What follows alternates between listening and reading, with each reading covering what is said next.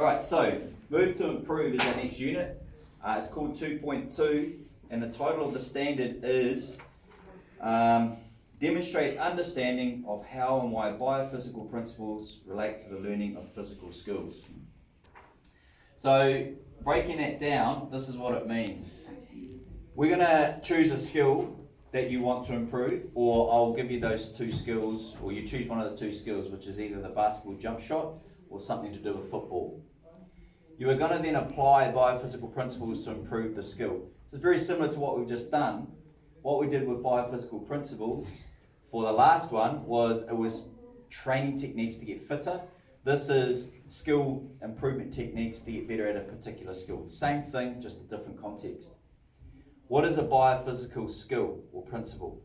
It could be skill learning principles and strategies. It could be biomechanics, could be sports psychology, or it could be functional anatomy.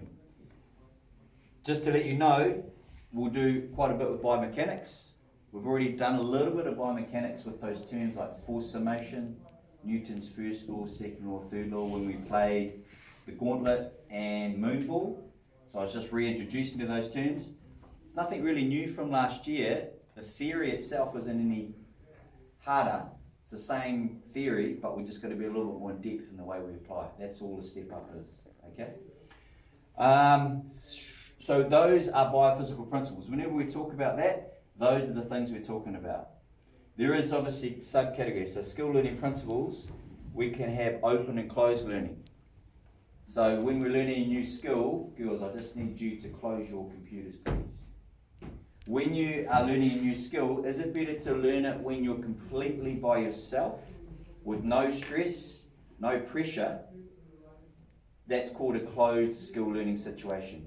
Or is it better to be in an open skill situation where what you are doing is you have got someone in front of you trying to take the ball off you. You might have time pressure, etc., etc.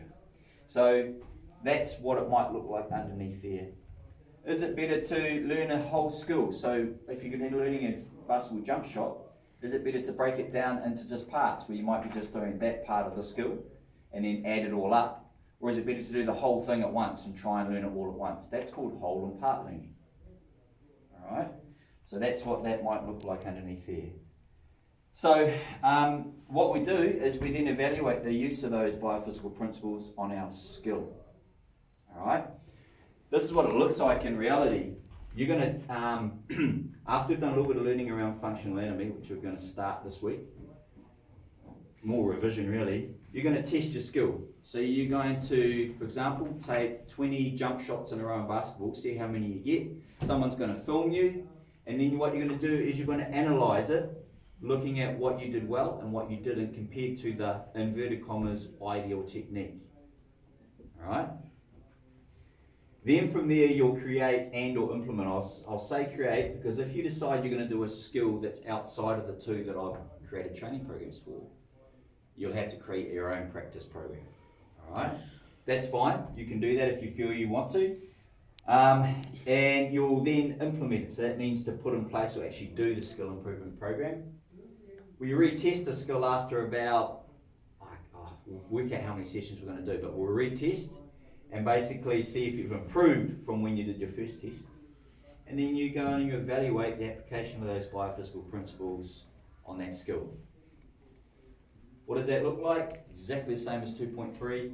You do 2 logs, what, how and why, and so what, and I'll show you a little bit more detail what that looks like when we get closer to the time.